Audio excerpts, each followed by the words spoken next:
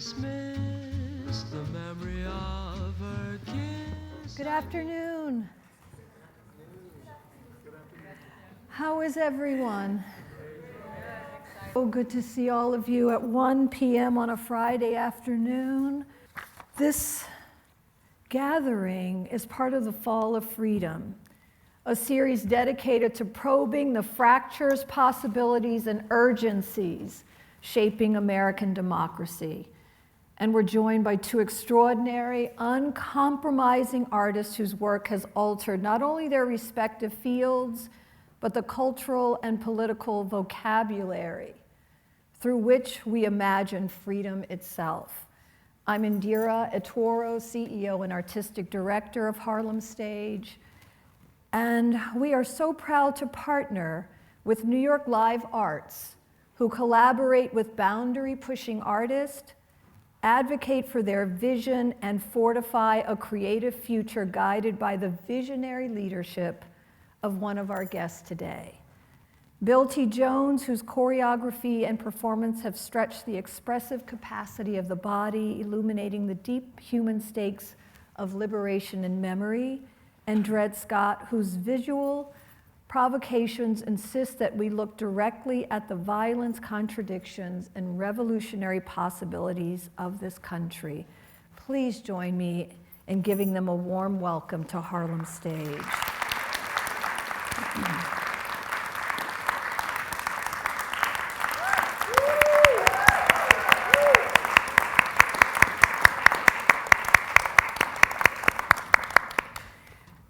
The very first thing I would say is, and I know the No, lady keeps a tight ring, and you might see this in no respect. Oh, please. Because I am a bull in a china shop, as my people know. But this word, no, uncompromising. Honey, this is the era of compromise. Now let's get real about that. Yeah. We're going to start a talk about freedom. What is cancel culture? What does it mean that every word that you say in the studio is being weighed and potentially causes a lawsuit? Mm-hmm. Now, let's not deal with Mr. Trump yet. Let's talk about what it means. There used to be artists were badasses. Artist throws down. And I'll own your fucking house. I will sue your ass because the way you said that in the studio. Mm-hmm. So no. This is an era. Yes. We all have become connoisseurs, virtuosos at a certain kind of compromise. Mm. So let's not be too pious about freedom right now. Mm-hmm. That's where I think we start today, looking at ourselves. Mm-hmm. I'm sorry, I jumped ahead. I love that. Mm-hmm. Look, that era that Bill's talking about, an idea came out of that era where you and a group of artists got together. I want to start with this very idea of the Fall of Freedom Initiative, Dred. From within, where did that come from? Okay, I mean, we'll definitely talk about that, but I do want to just acknowledge this is a bit of a pivot from what Bill was starting at, and we should address that too. Yeah. Mm-hmm. But Fall of Freedom, I was seeing people disappeared off the streets by hooded masked men. I was seeing our neighbors being disappeared. I was seeing cities being occupied. I was seeing colleges and universities trying to make a deal with a fascist mob boss to try and figure out how they can do academic freedom under fascism. I mean, we have the Vichy on the Hudson not too far from here. I was seeing law firms that were progressive law firms, again, trying to make the same deal with this fascist mob boss to how they could just throw out the rule of law and practice law. I was seeing all of that, and then in the arts, where you had the Smithsonian being directly threatened because one of the Trump's first executive orders was about, it referenced the Shape of Freedom show, Shape of Power show, which was largely it was a show that had art, sculptures specifically, largely of people of color, a lot of indigenous artists, black artists, talking about how race and power have been used within how sculpture has perpetuated a lot of racist mythology, but also how artists were using that to fight against that. Trump took it out of his busy schedule to say, this is why we need to remake American cultural institutions and clamp down on the Smithsonian. And so in context of that, I was thinking it's extremely important to bring artists together to stand up to this. And when I say artists, Fall of Freedom is an initiative. There are over 696 events happening around the country starting today and tomorrow, of artists, whether they're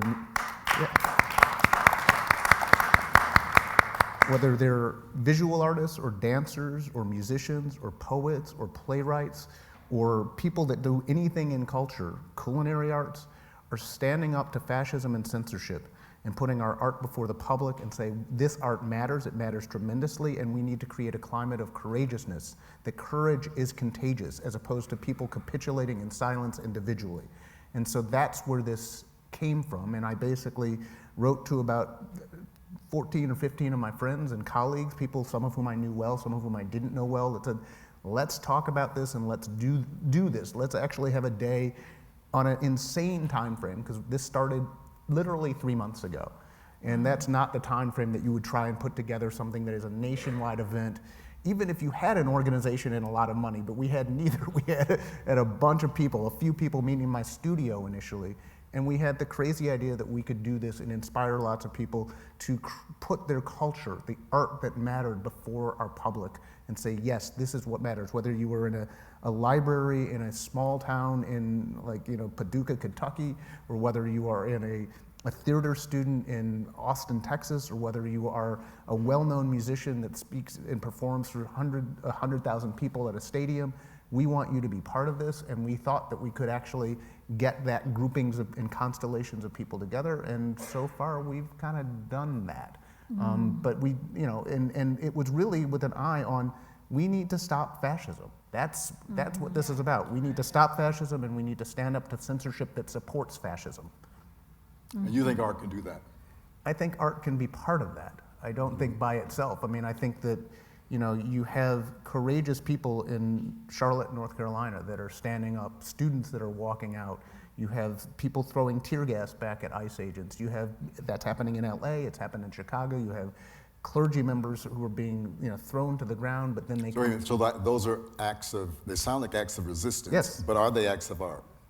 No, they mostly aren't, but I think... Okay, let's focus it in, though. Yeah. Because we know that we need to fight fascism. Yeah. We do know that there are people who are standing in the way of our striving, I don't know if we've ever gotten there, a democratic structure. But I think that let's do some truth-telling about what artists do. Yeah. Artists you put a group of artists together, it's like herding cats. Yeah. We want them to be that way. Artists are fractious. They disagree. They break rules. So this is what I love about you, but I'm going to poke at you all day, my brother. Yeah, well, I'll poke back. Well, poke back. Yeah. But my sanctimoniousness will not cut it anymore. True that. And we say I'm an artist, does that mean I'm a saint? No, it does not mean I'm a saint. To say I'm an artist, does that mean that I'm a responsible administrator? No, it doesn't. I don't think artists are, by definition, responsible. I don't think that's not part of what we want artists for. We want, and just what they say about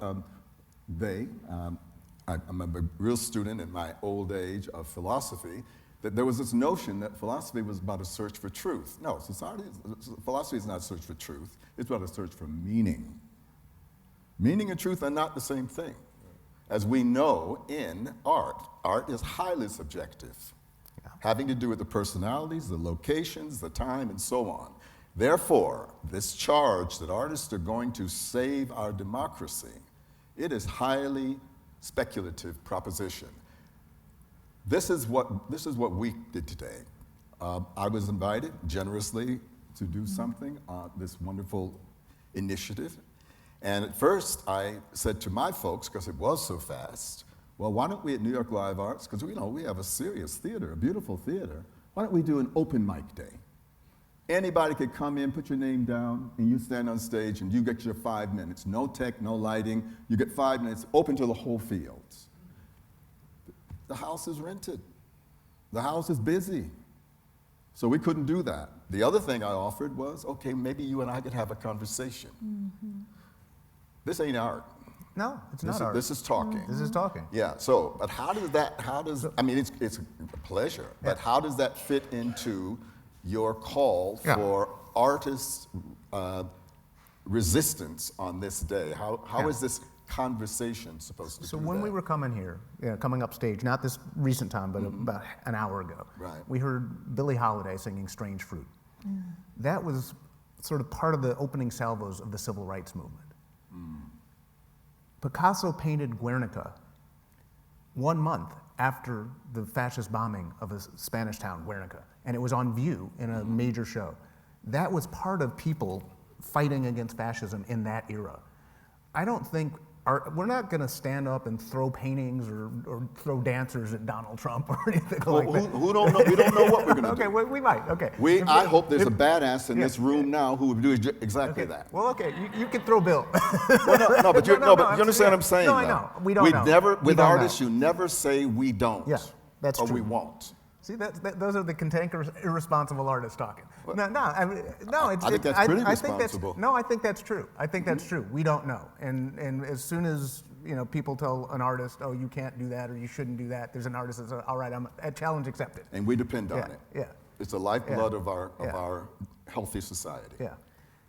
But let's go back to Strange Fruit, because around the same time that Strange Fruit was being sung by Billie Holiday, there were those anti-lynching laws that were trying to get pushed through Congress. Yeah. I have to think they have something to do with the other, right? I'm not sure. So what do you think that is? What was it?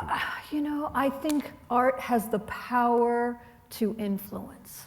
It has the power to change consciousness. It has the power to be, we talked about this word bullshit earlier during our sound check, right? It's lovely hearing her say it so elegantly, right? This word, bullshit. I thought I said it with No, but it has the power to cut through that. We hope. We hope, right? I have a question. How many in this room you would identify as artists? Just so we know. Well, so we know who we're talking to. So we know who we're talking to. Can I just ask a question? Absolutely. Let's bring a mic just so everyone can hear you. We have one in the room. First of all, I just want, Can we bring that over, please, and thank you? It's coming right now. I hope I don't cry. I'm very much enjoyed this conversation. I'm with you, brother. I'm new to the arts because of my daughter, who's a 16-year-old sophomore in the arts. And but using this word art and artist, what is that? I'm a basketball player. I know what that is. That explains those legs. Oh, yeah. That explains the legs. Yeah. So what are we talking about when we say art and artist?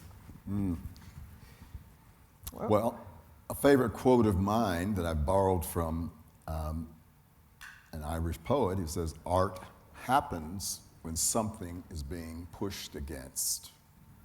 When something happens mindfully and being pushed against. Now that's describing the effect of art. Now, art itself, it's like, art is, what is art? Is that what your question is? That's the question, yeah. Fortunately, I think that definition is very expansive now. I also think that people know art when they see it. Doesn't mean they always like it. A lot of people don't like my art. I've gotten death threats for some of my art. Those people know it's art. They don't like my art, but they know it's art. And somebody was recently asking me a similar question, and I was like, look, and it was saying, well, the art could just become propaganda or something like that if you're talking about art to change the world. And I'm like, well, I think people, if you look around these 690 plus events that are happening, we aren't selling cars or Coca-Cola. That's advertising. People know what that is. And people, they might say, well, this is some weird experimental shit and I don't understand it. But it's kind of art. It's different than playing basketball. Even though when I see certain basketball players, I'm like, man, that is amazing. I can't do that, and it's artistic. There's real artistry to that. Would you say that Michael Jordan didn't have art in his game? Oh, he had art in his game. Thank you. I mean, he absolutely had art in his game. I remember seeing that play where he put one hand there and then switched to the other. I mean, that was like, my mind was expanded, you know. It almost I think you're begs, pushing us in a very interesting way. Yeah. I would like to make the distinction between art and artfulness. Yeah, yeah. There is a way in which you set a table. There is a way that you change a baby's diaper. There's a way in which you conduct a civil conversation that demands sensitivity, thoughtfulness, right? Those are qualities of artfulness. Now, art itself is like, back to, if you want to go there, what is beautiful? Does art have to be beautiful? And is art free of commerce? What's Beyonce selling? Yeah, the big time, Yeah. major capitalists. Yeah. And yet it's got high artistic values. And what are those? Innovation, a certain degree of accomplishment, ability to communicate emotion and ideas.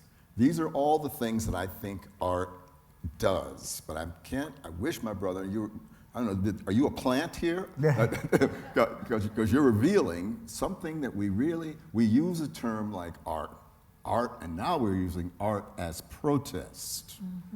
And it gets really interesting, but then again, we like this. Artists also like a degree of ambiguity. They like something that is turning and trying to figure itself out. We depend on it. You were gonna say? no, I was coming in with something very similar to that, which is intention, Intention. this sense of intention. Is that good enough for you? Good enough? Yeah. I would suggest that art is never good enough. No, but the idea of intention as being defining what art is. What are we intending? I want you to understand what the space between us is. Right. I want to share the fact that your body, I read into your body, reading your body, something about your biography. I would write a play about it, a poem about it. And I would find the language. Art is also about a language. Languages are important. To talk about the mystery of who came out here today. Why did you say yes to this conversation? How do I feel? I had a very emotional morning myself, literally, wanting to cry for reasons I couldn't. Well, what would I do to give form to that emotion? What I would do would be something I would call art. I would agree. Yes. So coming back though to you started talking about can art, in a certain sense, does art matter when we have, people that are doing demonstrations or doing all this other stuff? That's what can change the world. What is this? No, I don't know if I said that. Well, I think even in those demonstrations, okay. they better show a degree of artfulness. Yeah, but I was going to ask though that there is some art that more specifically intends to address some of the big Yes. social questions. You and your company just did an amazing performance, what I believe it's called People, Places, and Things. Yeah, it was a year ago. Yes, Oh, okay. we did. April. It was Yeah, April. yeah. April. And that was in part talking about who is an American, what does it mean to be an American, what is citizenship, and beyond the backdrop of that, the immigrations and the deportations and the rounding up of people. I mean, yeah. So And I thank you for that. I'm sorry you didn't get a chance to see it, but it was a wonderful piece and a piece that was very difficult to make because I literally said to my performers, all this talk right now about what makes an American. And I looked at every one of my fantastic performers, many of them are here today, and I said, where are you from? Now, no, not where you were born in Bronx or whatever, but literally, well, my people come from Ireland, or my people come from Jamaica, my people come from Guyana, what have you, and that became part of the fabric of the work. The work had recurring images of, well, there was a drone in it. There was projections in it. At the end, there is a chant of no, and no becomes hell no. And this was when this question of fascism was coming up, and I told my company and I told my board, because we're very cautious, We are a 501c3. We cannot be seen as promoting any kind of political agenda, but then I can, as an artist, in my own, I have a right to express myself as a private citizen. And it was powerful. No, no, no. I want the whole audience to chant with us. It worked. People were moved. I have a wonderful singer, Danielle. She sang "America the Beautiful" as a talented black singer would. It moved the room. All those things. And then the guy from the New York Times wrote, he did it. He made a piece about this moment. Da da da da da. And then at the end, he went too far. Because at the end, he came out and he said to the audience, he started haranguing the audience about the time we're in right now. He started preaching to the converted. So when did it stop being art and become preaching to the converted? This is what you're trying to get, and this is what I'm saying to you right now. So when I give my attention to a work of art, I want to be moved, but I want to feel, and this is difficult to say, I want to feel like I'm not looking just at life. I want to feel that somebody has taken life and it's been heightened. Yes. You know? Now, how we do that depends on the artist. So, in those demonstrations, if you want to firebomb ice, right? How do you do it with a or we're going to all be dressed in tutus or something, and we're going to move across, and we're going to throw bombs. I don't know. Where is the imagination in protesting the ice? That's what I'm looking for. But God bless those people who still believe that there is value in street protest. Because a lot of people no longer believe there is value. It's exhausted, street protest. But art should not be exhausted. And in this moment, we're not just fighting against something, fascism. We're fighting for something. And Freedom. freedom. Individual and collective. What does that mean?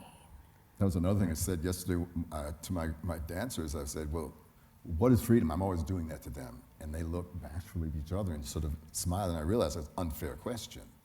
Because I think your idea was at some place today, we're going to have people in the audience who want to stand up and say what they think. What was it? What they think art is, or what they think freedom? Freedom. What they think freedom is. This might be a good moment for that, Bill. I've got hands going up. I just want to make sure everyone can hear them, so let's get the mic. This is a very special hand here. Yeah. He's a curator. He thinks about these things all the time. And a musician. Hello. Hello. It's great to see three of my favorite people, and it's such a full house for Would you this introduce event. yourself? I'm Brian Tate. Yes, that's who I am. So, please. Listen, Bill, this reminds me of the conversations that we've had back and forth around so many things. I want to pinpoint one thing. When I think I heard you ask the question about is this art that can save democracy, or is the idea that artists can save democracy? It occurred to me a while ago that there's a hyphenated term of artist activist. That we were entering a place during the first Trump administration, and certainly now, where everyone has to become an activist, regardless of their profession. So, Has to become an activist? when we look at, and for me, it's not a question, and I suppose this is what I would put to you all, is the question about artists saving democracy, or simply artists participating in democracy and helping to uphold democracy in the same way that we ask of scientists, in the same way that we ask of professors, in the same way that we ask of lawyers, all of whom are under threat, the same way that we ask of historians, the same way that we ask of journalists, by simply standing against what is what some might call oppression, what some might call forces to silence and diminish us and dehumanize us, that everyone, regardless of profession, has an obligation to stand against that. And we each bring something different by virtue of how we identify. Now, you know you're scaring me now. We each bring something different by how we identify. The No, scientists may bring when you something. start using words like obligation and should, this is where the artist Well, in me says, hold up. I don't have to do nothing but stay black and die. Well, let me say this. Let me say this, and let me contextualize that term, and then I'll hand the mic over to someone else, and would love to hear if you all have any thoughts about this. If our goal, if our desire is to participate in, strengthen, embolden, radicalize democracy, then is it not the case, or is it not the case, that we must participate in Okay, but democracy? that's Greg, that's great. But first of all, when do we get this consensus? Do we agree in this room that we all want to strengthen democracy? Do we sign on to a commitment to save the democracy? First of all, you got to do that kind of polling, and that's politics. Because not everyone feels that they are obliged to follow that prescription. And if you don't doing that, if you're not a very good politician, if you're not listening, as we can see right now, the Democratic Party has not, quote, been listening. And what happened to all those undecided people? They scurried over to what they thought was going to secure their economic interests and whatever the bullshit is, anti-immigration. But don't assume that everybody, that's the problem that we've had, everybody believed the same thing about what freedom is, about what this union is, what is a union. We cannot assume anything anymore. That is the job of soul searching that I think artists have to do. That's my feeling. And I want to just 100%. I want to drill down into that sense of the artist is obligated to, because that's where the tension is. That's where the split is right now. As a presenter of artist, there was that assumption, Yeah, I was raised on it. especially artists of color. We assume all artists of color are here to fight the power. That is not necessarily what I'm finding as a presenter working with artists. If there are 100 artists of color in the room, there are 100 specific sensibilities of how much they need to stay woke and show up and be obligated. So that's something that I think is very interesting. But here's the thing, that I don't think anybody is obligated to do anything. And I think that Bill is very right, that we don't all agree. I mean, maybe in this room we all agree. We don't I don't know. have to all agree. Well, but more importantly, we don't all agree. There are some people who actually want fascism. There are some people, there are millions of people. I mean, some people, were tricked into voting for Trump. Other people were like, he don't like black people, he don't like immigrants, he don't like women. That's my dude.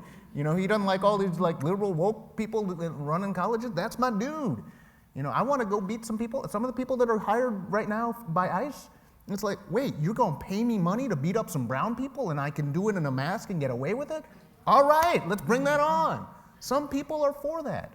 But the thing that's here that's unique in this day, in Fall of Freedom, we didn't say all artists have to do anything. We said, all right, who wants to fight this? Yes, who wants to do this? self-identify? And now can we all get together and find a way? You don't even all have to agree on the type of form to do it. You don't have to agree on the type of place to do it. You don't have to agree on, it's like we weren't trying to get people who are into novels to get down with people that are into experimental jazz music. We weren't trying to get people who were into experimental jazz to get down with, mainstream Hollywood features. It's like, no, you do your thing to your audience, but make it about standing up to this current thing. And if you don't want to do that, you don't do that. But if you do want to do that, we need to all stand up together, and here's the vehicle and the platform to do it, and lots of people have welcomed that invitation. And you were one of those people. Yes, Oh, thank you. We were Absolutely. looking for a place, Yeah. and you said, come here and do it. Yes. So we have an allyship with you, Correct. right? And where you voted with us by allowing us to do this talk. So may we be worthy of your trust in that way, yeah. Now, I noticed that there's a hand over here, and Bjorn, did you want to speak as well? Okay. have- No, to the question of freedom, what is freedom, which I think is what is art, and I think what is, well, it doesn't matter, but I think freedom to be. I think that adding to be is important. To be, whether it's trans, whether it's a person of color, whether it's a Muslim, whether it's a Jew, whatever. But freedom to be is, I think, focuses the notion of freedom, because the word freedom as a standalone can be the subject of so many interpretation and angles. But once I believe, it came to me just as you were asking the question, freedom to be in a respectful manner, oneself, however one defines oneself, and as long as one doesn't hurt the rights to be of other people.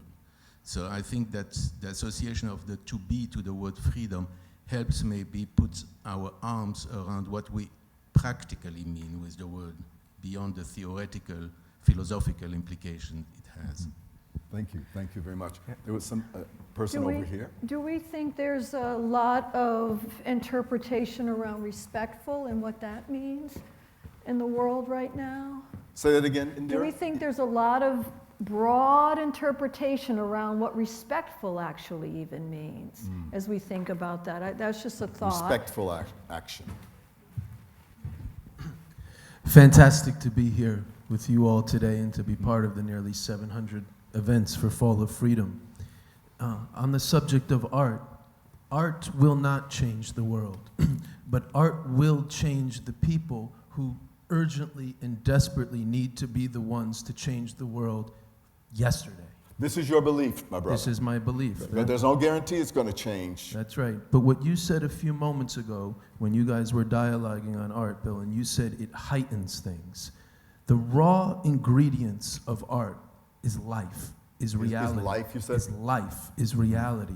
But what distinguishes art is that art is not accountable to reality in the same way that something like journalism or truth-telling is. Oh, wait, that's worth.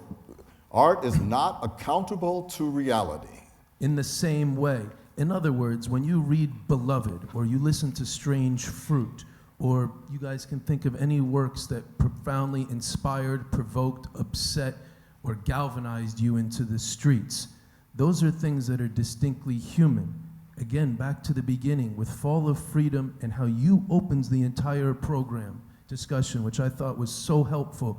In the face of the complicity and compromise of millions of people in the most powerful empire in human history, which is now turning fascist, and the implications and ramifications for not just people in this country, but for all of humanity, right now is a time when all humans should not be forfeiting their humanity. This is on the subject. Well, there's a should word again. Say it again. Now is a time when all humans should not be forfeiting their humanity. Yeah, I like Malcolm X. I didn't come here to tell you what you wanted to hear. I came here to tell you what you needed to hear. You know, I think that we're fine. If you don't want to say should, would be really great if. Well, no, hey, my brother, don't back off, though.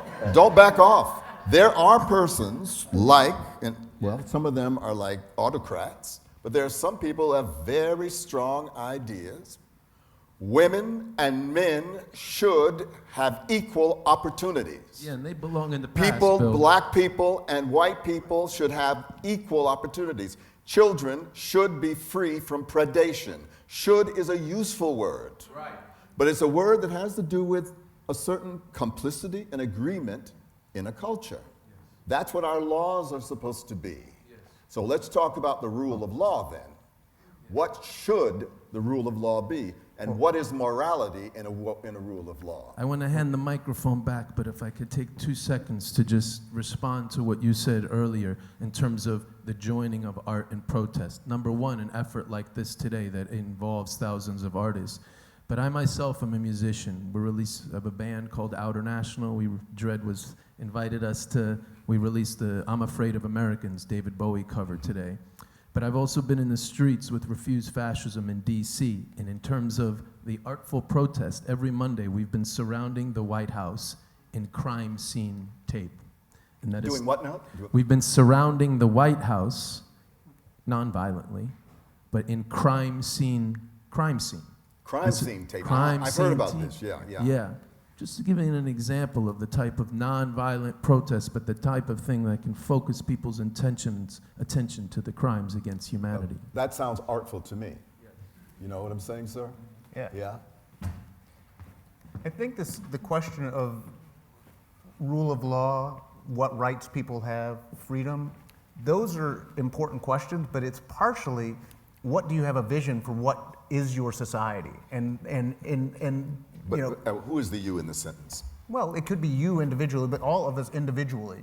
Because the thing is that, you know, America was founded by people who discussed freedom a lot, but the freedom they talked about also included the freedom to own human beings. The founding fathers, which didn't talk about the founding mothers, but the founding fathers, most of them were enslavers. Therefore, No, therefore the freedom that it negates what they did? no, therefore the So why do you bring that in? Why do you because- slip that in there? Because the particular conception of freedom that they had is not my conception of freedom. And the particular conception of the rules and laws that they actually wrote were for a society whose economic foundation was enslavement. If most of us got together, and I don't know the vast majority of you, but if we were to write a constitution today, which would define the rules and laws of the society we'd want, we probably would not be talking about enslavement in that constitution. Well, they didn't talk about it either, Well, right? they did. They talked about giving disproportionate voting rights to people, to states that owned human beings. It was particularly favoring greater voting for, I mean, they were counting people as 3/5 of a human for apportioning voting rights to the people that enslaved them.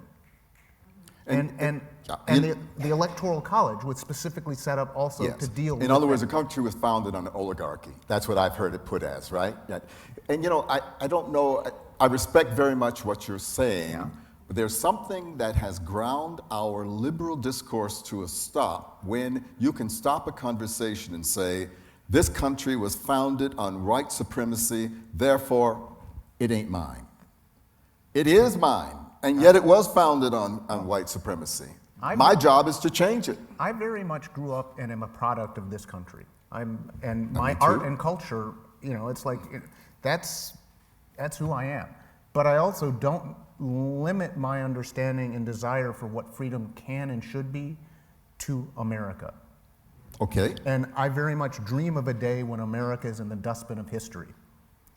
That I do not think the pinnacle of civilization and political freedom and the rights that I strive for are a capitalist society where people are confronting each other as owners and owned of property.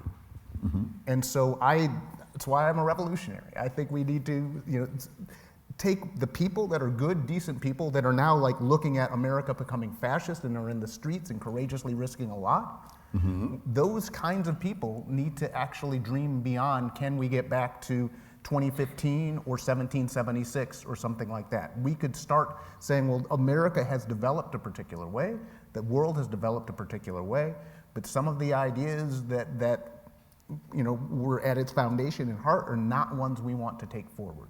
That we can get to a world without classes, without exploitation, without oppression, and the ideas that rationalize all that. And I agree with you. Okay. Now, So let's go do that.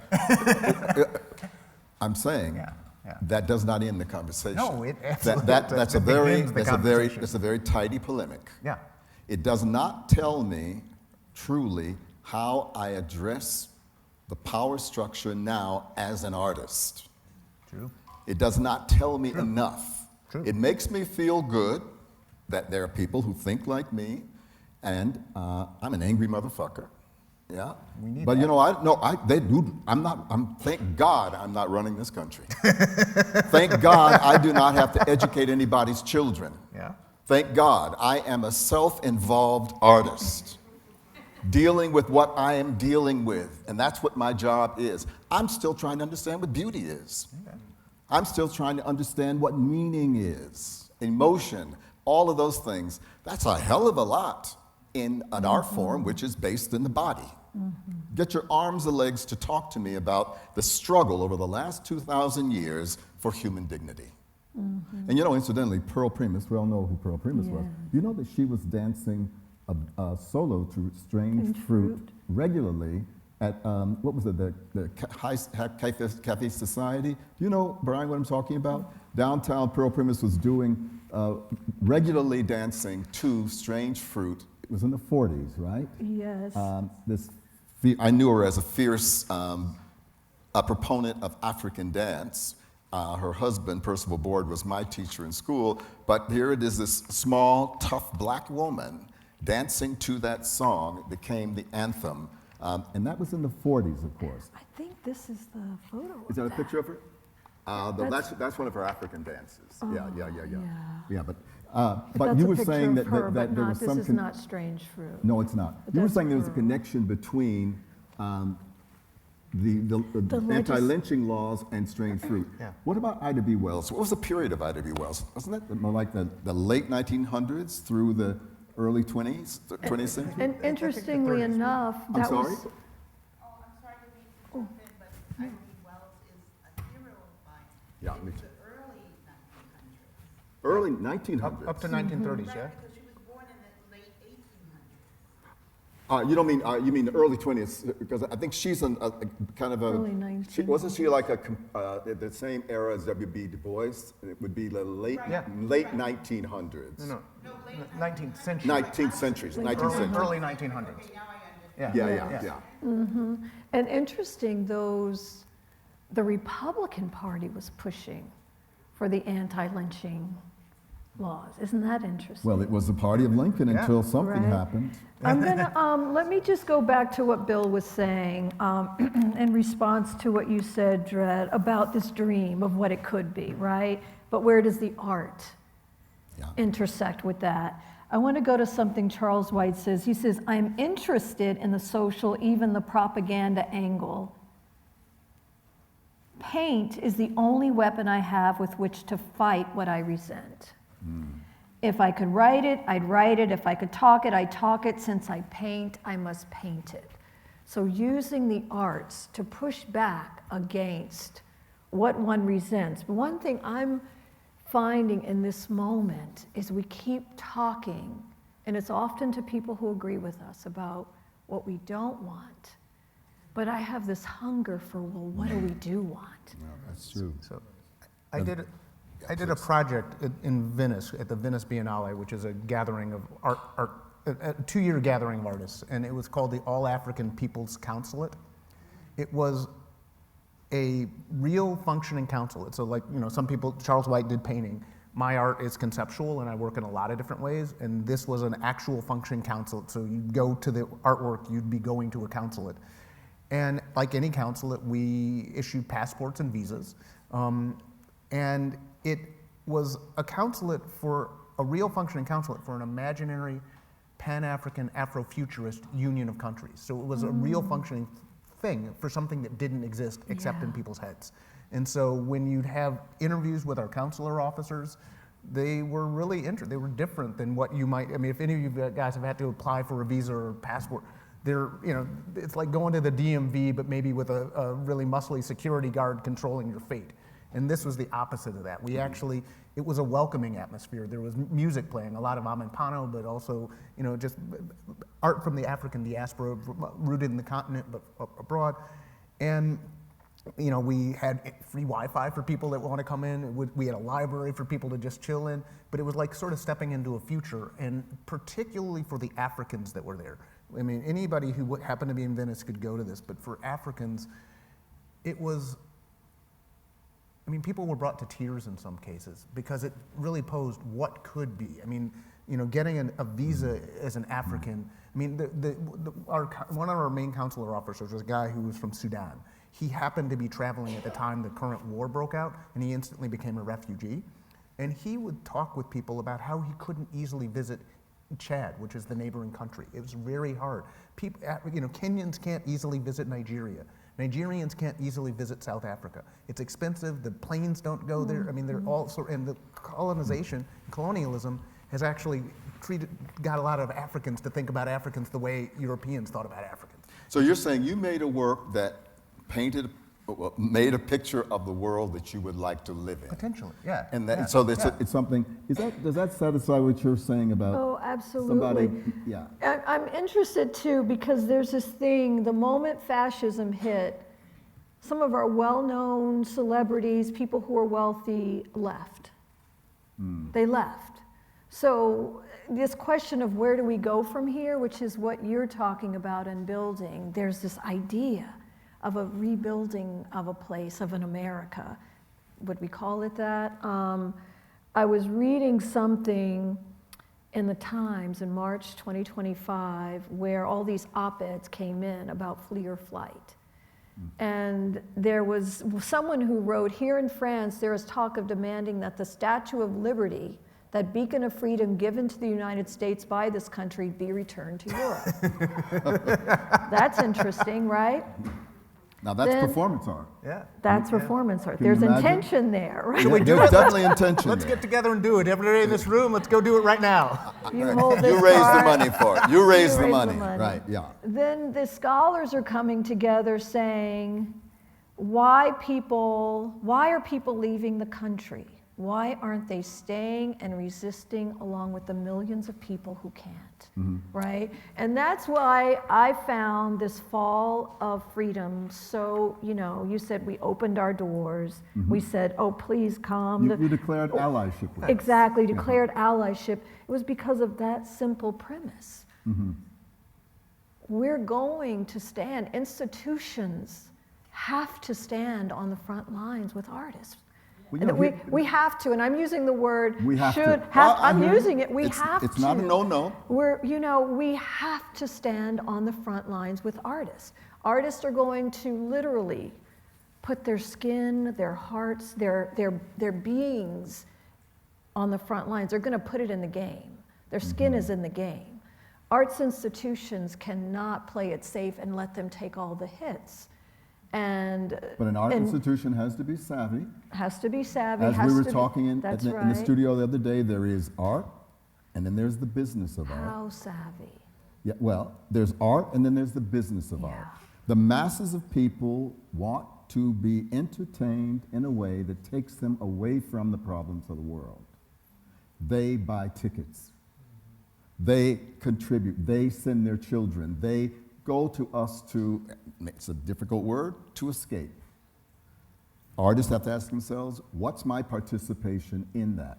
Because we need, once again, at my theater, we have some brilliant people running it, making choices like that, because we do very outside kind of things, but we still have got to be able to find an audience.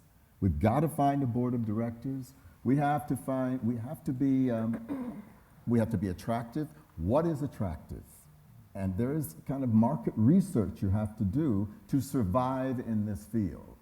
I've had thoughts, Bill and Dred, where I've thought, if a structure has to become immobile, they're almost in a paralysis, institutions, because they can't move. They can't resist. Is that the right structure? Is that the right structure that, I received a letter at 10:02 on a Friday afternoon from Trump saying that our federal funding had been revoked because we did not shy away from using the words that define us. We did not shy away from that in our application. How would you respond? What did you do? No, there's no response. Institutions across. Yeah, I know, right? but I thought personally, what did you do? There are words that went through my head that I probably shouldn't say right now. I've already said some words, but I was like, well, blank that, But well, fuck that, right? Because at some point, I keep asking how far the soul has to go before it's completely bought. This is the soul of our institution right now. My predecessor is Patricia Cruz. Anyone who knows Patricia Cruz, she would have said that, fuck that, much louder than I ever would. So there is a responsibility, and I'm going to bring that word back in. I feel a responsibility as an individual leader. Yeah. I feel, and I, not to do a Harlem Stage commercial, but we just took artists down to the South. and did a Freedom Riders tour. And some of our board didn't think we should put Freedom Riders on the side of the bus. And I said, oh no, that's exactly why we should. We went into the heart of Montgomery, what was their Alabama. objection? What was their objection? Our It was a safety. theatrical. Our safety was their Oh, your objection. safety. Our safety. You're going into Montgomery, Alabama with 60 artists and arts of color, and you're telling stories, monologues of racial profiling in America. Should you put it on the bus? And I thought, well, if we don't, what's the point? And just out of Right? curiosity, Yeah. do you consider that political gesture, or was it an artistic gesture? An artistic one. It was an artistic one. I felt it was beautiful, number one. I felt it was representing us. It was done with the intention of elevating stories that needed to be told. Well, thank you for doing. Can I interject? Why wasn't that political? Also, why isn't it both? Well, for me, it was artistic. Did everyone hear what's being Right, said? I love that question. Why couldn't it be political? It could be both. For me, it wasn't. Why? For me, I didn't enter it saying, I want to be political. I entered it saying, I want to create powerful art around stories that are around this. That was So you were doing performance art. I was creating art. Now, is it political? Absolutely. But I didn't enter it saying, I want to be political. I entered it I'm sorry, say again? unconscious, Unconsciously. absolutely. And I think that's powerful. I think you're right. As a black woman, I don't think I can separate those. I cannot separate those two things. I think growing up in the world from Southeast Washington, D.C., to an immigrant father and a mother, and growing up in a low socioeconomic environment, everything was political. It was about power. Live your right? life and tell your story. Don't allow an institution or ideologies that's going to prevent you from being who you are spiritually and what you're really feeling. I didn't catch the first part of what you said, sir. I did. No, I what was did the first part? The first part of your sentence? You shouldn't. I said live your life and connect and tell your story that speaks to you, personally, spiritually. That's, I think, what I'm saying. No, absolutely. I own the political that's in that. But as an artist, I directed the work. As an artist, I sometimes feel this sense of doing something that's just entered through the political and not the artistic, often loses the ability to, I don't want to say elevate, but to apply the same rigor I want to apply And as are an you not a artist. 501c3? We are a 501c3. Aren't you by law prohibited from doing that? In other words, you can't promote a political candidate or a political point That's of view. exactly That's right. what the law. That's exactly right. So that's very savvy for you to say it this way. It's very slick, as a matter of fact. It was not. It was an artistic. But as Okay. the administrator of an organization that has a 501c3, which the administration can remove, or which the administration can go against the board members of, how do we negotiate, which it's a very real problem, how do we negotiate the daring as institution we want to have, and the reality that actions that are daring may cause the institution to be castrated? Yeah, that's right. And this is, in our pre-show talk, Bill kept coming back to, we were talking, about the fascism and the political, and he kept coming back to the art and that intersection, that how is the art doing it? How is it? Well, we made art that was political, but we were making art that was political, right? That's not the question. The question is, you are not an individual artist. You are responsible for... So you're saying the question is, you are not an individual artist, you represent an organization, and what is your point? That can be that can be closed by the administration. So Yeah. you have to balance very... And so, You have to balance very judiciously and very, in a measured way, how far you can go, and it's rarely as far as you want to go. Well, that brings me back to the structure. We have these 501c3s, we have structures across the country that are now being challenged by fascism. And we have been rendered paralyzed. Is that the right structure? And I just want to speak quickly too. Please. Is the mic on? Is it on? It's Yes. Thank you. I just want to speak quickly because I taught at the University of Alabama for 28 years and directed their dance program. And I want to thank you because you were my inspiration at 28 years there. But the whole time I was there, you were right. I was who I was. I was a black out gay man. But I was clear I was there because I spent 28 years raising millions of dollars so African American kids could get scholarships to do their education in the dance program. So freedom for me was not about my freedom. It was about absolutely, I knew how to play the game with the people at the country clubs and the fraternity, sorority, white sororities and all of that. Because freedom for me was more important for those kids, where one of my students who just did the freedom play here, Stephen Williams from the University of Alabama. So it was worth, when you're right, it was worth understanding how that I can just say, well, my freedom is about my gayness. I wasn't interested in my gayness or my blackness because it was bigger than me. It was bigger than me and ways to get, and I never compromised who I was, and not at all. I hear in what you're saying ethical and responsibility in an institution. I don't know if artists are beholden to the same thing, this ethical responsibility. Artists are wild cards. But also, I think the question of institutions, first off, I want to thank you for your courage as an artist and as an institution for doing. It's really good. Yeah. I think it's very good.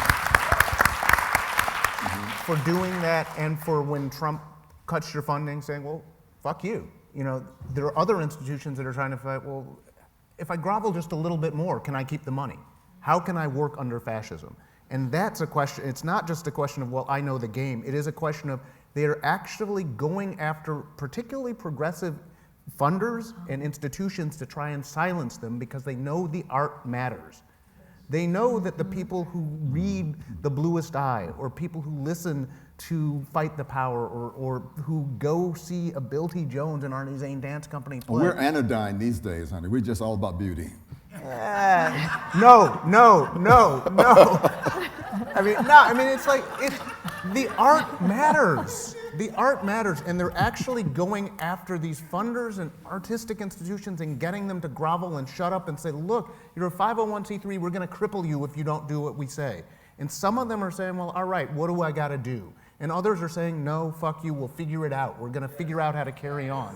And that's what actually, that decision, it's not just for artists, it is for institutions, because the artists can't, if all the institutions capitulate and say, well, I've gotta preserve my funding, the artists won't have any place to put on their work.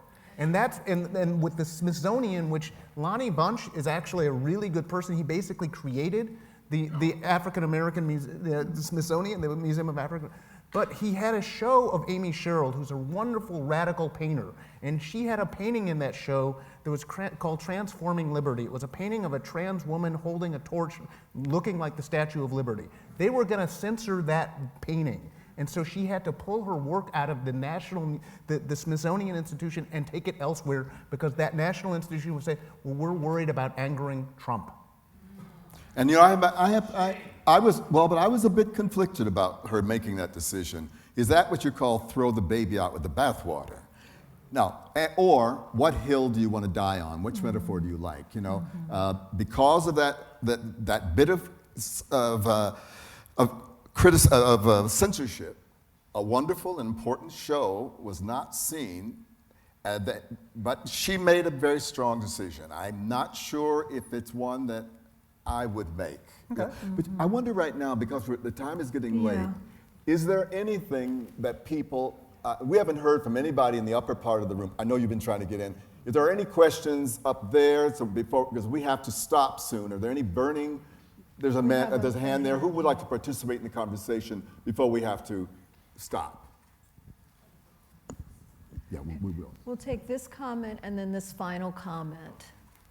Thank you. I just want to ask you personally what you believe art truly is, because you could say dancing is an art, but would you say, as an example, basketball is an art? Would you say hiking is an art? Sounds like you're repeating the question the gentleman here asked in the beginning. Were you not satisfied with our bumbling answer? Yeah, it didn't. I'm more of a like. I You wanted want more something more. What do we really consider specific? art to Yes. be? Where is there a line? Is it a blur? Like, what do we consider art? Or Art is whatever it says it is. Now, who agrees with that? In other words, did the critical establishment agree? Do the funders agree? That's another conversation. But if I think picking my nose, standing on the street corner and singing Happy Birthday is art, it's my right to do so. Now, do I have a constituency that will support it? And maybe that's not important. Artists can be quite alienated sons of bitches, right? So if that's the best I can do. Art is whatever an artist says it is. But that's not the end of the discussion. I just want to ask is there a line between what isn't art? Because I know, like, generated art, that isn't art. But is there, like, anything else that isn't art in your belief? Yeah, there's a lot I don't like.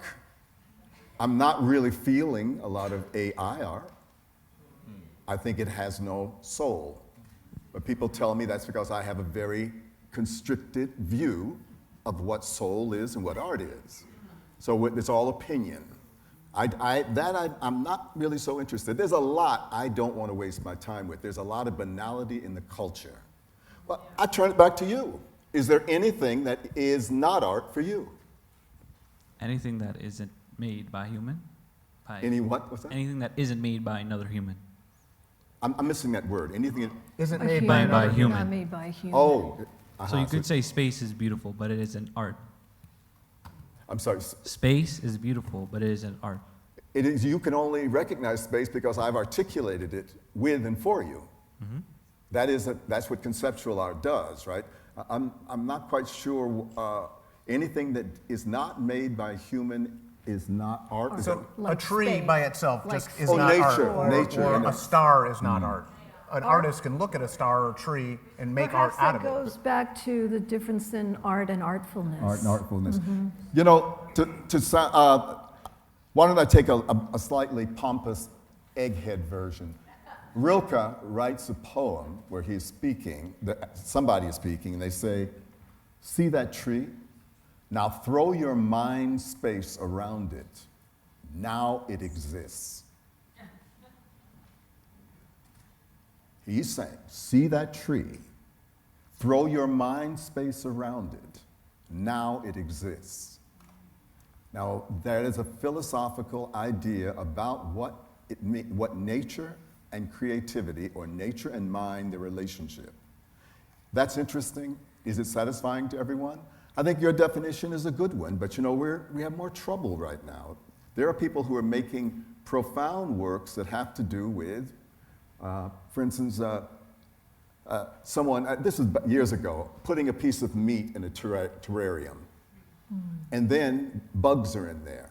And the thing, over time, turns into decomposition. That's that. So what am I watching? That's art? Watching something rot? I say yes, because of the intention, setting it up. Now, you would say a human being did that. So we have no disagreement.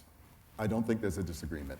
It's a tough question, but it's something that we have to answer. And I want to see all the teachers in the room ask it of a 5-year-old. When you give them freedom, what does it mean? You give them the freedom to make whatever they think is, beautiful, worthwhile, intentional? That's why we love the art thing. Is anybody else up there? I think we had an order even, didn't we? We promised this lady, please, and then we'll get to you. We'll get to you. Well, you came back to freedom because for me, freedom is in some ways being able to explore what freedom is and to explore where my freedom bumps against somebody. And I feel that as humans we're evolving. We don't talk about it, but emotionally evolving. And as we know that things we do hurt, for me, I hope we learn to not do those things. That's where, certain social things. I think I missed something about the bumping against each other. When we learn that things that we do, our freedom, bumps against another person and hurts them, then that I think evolution means that we can change who we are. And for me, the art, the sense of freedom since I was a child came through art. I call my poetry the language of heart. When I write on forms, what's your first language? I put heart. And I have to create visual things. And I dance in my house. And I think that institutions are important because they spread capacity for people to see it. But there's a wonderful art under the subway on the West Side Highway, some kind of graffiti art, which I have taken pictures of and then repurposed in digital art. And it's just beautiful. So it doesn't need an institution. I can go down there anytime and see it. That doesn't mean an institution is important. I went to the museum to see the graffiti art, the wall art. So I Which think museum was it? Say it again. Which museum did you see the graffiti art show? It was the, around on the hundreds on Fifth Avenue, the City Museum, the New York Museum. It was an extraordinary exhibit. So I think there's the balance here. For me, one of the biggest problems in life is hubris. So people assume too much onto themselves. And art in and of, for me, art in and of itself doesn't have a morality. Maybe we want it to, but every time you were talking, I kept thinking of Leni Riefenstahl. And I don't know. I can't deny the power of it. But I can say for my own moral responsibility, that's a reason to explore it. And she continually maintained it. She was not political or whatever. Company, remember the other day when I was asking you, did you know about Leni Riefenstahl and this German woman, quote, fascist, who made the most beautiful book of the Nuba? The People of Cow. The People of Cow, these gorgeous black people putting on makeup and all in Africa. Many of them are gone now, right? But anyways, it was very problematic in the fact is, first of all, did she have a right to do it? And what are we looking at? As charming and seductive as it is, are we looking at something that is dubious? And also, and for me, it didn't matter. Yeah, I hear you. And also, it's also in the context of what she did for Hitler. Yes. Triumph of the Will is it's chilling. But it's a great film. Hey, yeah. So I think those are things that we all have to think about in terms of what we're doing. But I do think we're evolving. And I think one of the things for me, which is most horrible about now, there's a celebration. I've lived long enough that I don't think many of the things that are being done have been done in the course of my life. I've always lived an artistic and a political life, whatever. But there's a celebration of it that I have never seen. A celebration of authoritarianism. What are you saying? Derivative works? There's a celebration of the derivative? No, there's, in terms of the governmental structure, the fascism we're talking about, there's a celebration of hate and an opposition to diversity. I'm wearing a thing here, because I try to be a work of art when I come outside. I have a whole definition of diversity, equity, and inclusion. So you're a walking provocation. Yes, I guess so. Right. I don't know how you can define those words, and if we could actually sit with somebody, I would like to be in a conversation of how you're opposed to diversity and what that means. People have to do it with their voting, and they do it with their pocketbook. Right. That's the ultimate income. And let's see if we can get a couple more questions before because people seem to have to leave. Who did we say was going to go next, Indira? I think there was someone on this Was it side. that gentleman up there, or was there somebody? Did we miss somebody? Can you put your hands up if you have a final question? Okay, we'll take those two as our final questions. Does that sound great? Okay, now we have two, I believe, men. Are we being fair here? Okay, you'll speak up if you feel oppressed by the way we're running things here, right? Okay, all right. How are you doing? Super nervous about holding the mic, but you guys were talking about the 503C. 501c3? Yes. It sounds like the government is hindering you from doing what it is that you want to do, but I also feel like it's a great opportunity for artists and organizations to find a unique way and still getting out what they want to say, whether it's political or not. It's kind of like, how do we say F you to the system, still figure out a way to be political in an artistic way, maybe without words or with photos or something that simulates something that you've known before or whatnot. So Are you an artist? I am an artist, yeah. So you're going to do that for us then, right? I do it constantly, every day. All right, good. Of my life. I'd love to know more about your work, you know? Yeah. I mean, I choreograph, so, and make paintings and stuff like that. But I think that's very unique about how you have to find another way. It's an opportunity we have right now. For sure. Yeah. There was a person right behind you. Hello, I'm a high school teacher and an artist. I teach at the high school across the street from here, actually, and we're lucky enough that we get invited. I get to have my students here. All right. Bravo, yeah.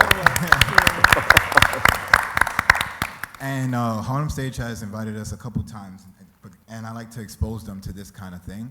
My question is, as someone who teaches art and practices art myself, this may be a difficult question, but I struggle with the very idea of teaching art, where I agree with what you were saying at the beginning very wholeheartedly, where I feel like being an artist is being a badass. It's like a feeling, it's like something that comes from within the soul.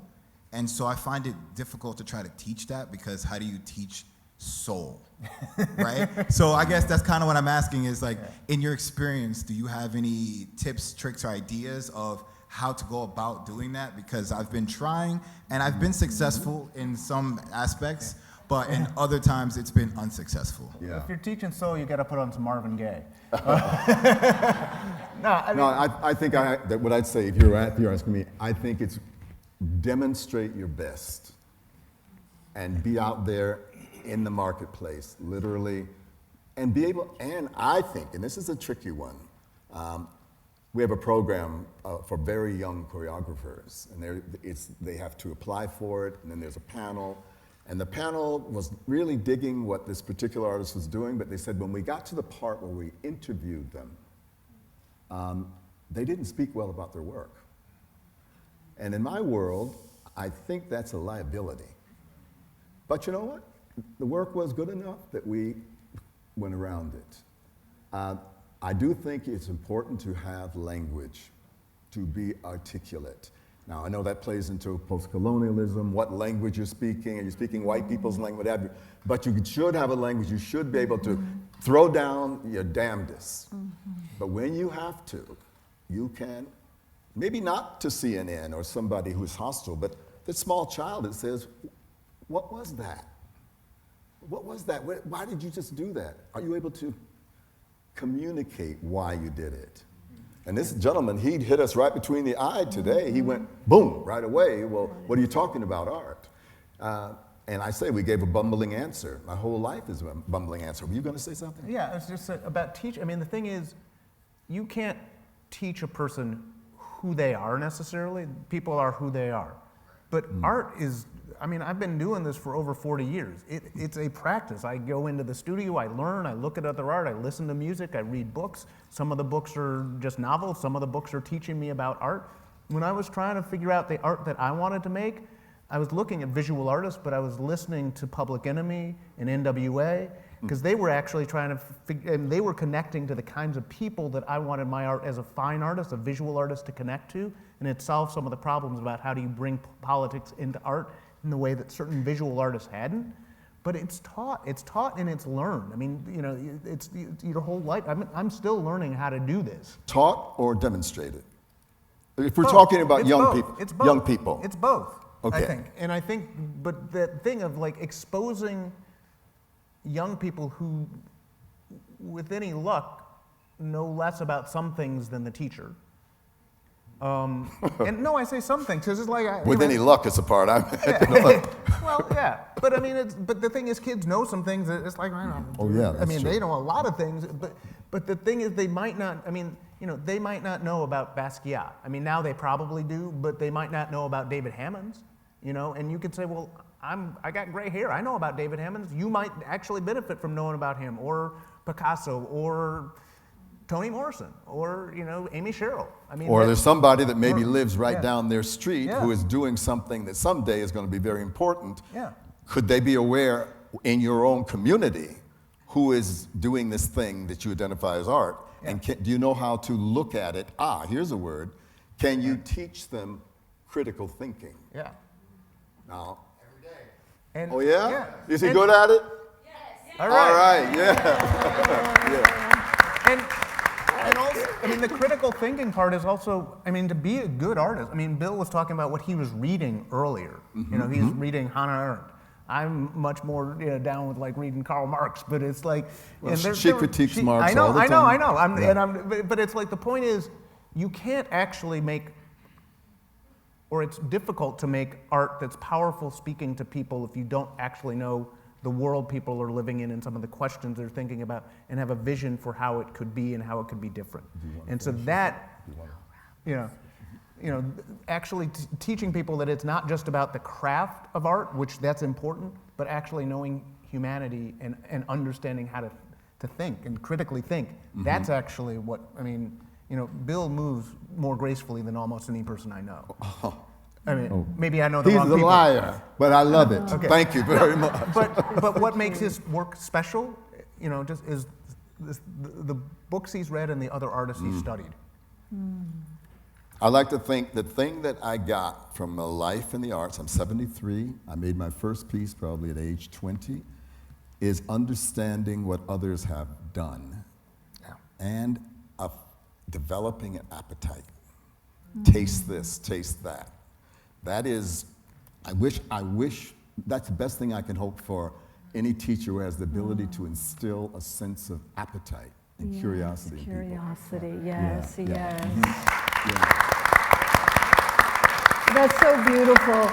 I hope we all have sleepless nights. I've never ended a conversation that way, but I do. I hope that we wrestle with this. I hope we don't sleep well. I hope we don't just passively, no, quite seriously, I hope we don't just passively go into the next week of gathering our loved ones together and not wrestle with what's happening in the country and in the world at this time. And I hope we keep wrestling with it. But I do think Indira, that... do we dare, and I'm the one that said, let's not finish with Kumbaya. Do we dare say, can you find joy? Yes. Now that's something I'm a little afraid to say, but I almost feel it as a spiritual activity. I think that's right. So maybe we send you off with, yes, wrestle. Wrestle with it. But can you find joy? But can you find joy? Hey, all right. Oh, that was supposed to have been the last question. You want to? Can I share something? Please. The wonderful Tony Cade Bombara said, sisterhood is a verb. I would like to say that art is a verb. Yes. Beautiful. Thank you so much. Thank you. Thank you. And I want to quote just Alice Walker, resistance is the secret of joy. Resistance is the Alice secret of joy. Walker, resistance is Oh the boy, I should secret be of pretty joy. joyful already. So thank you all. Phil, you're so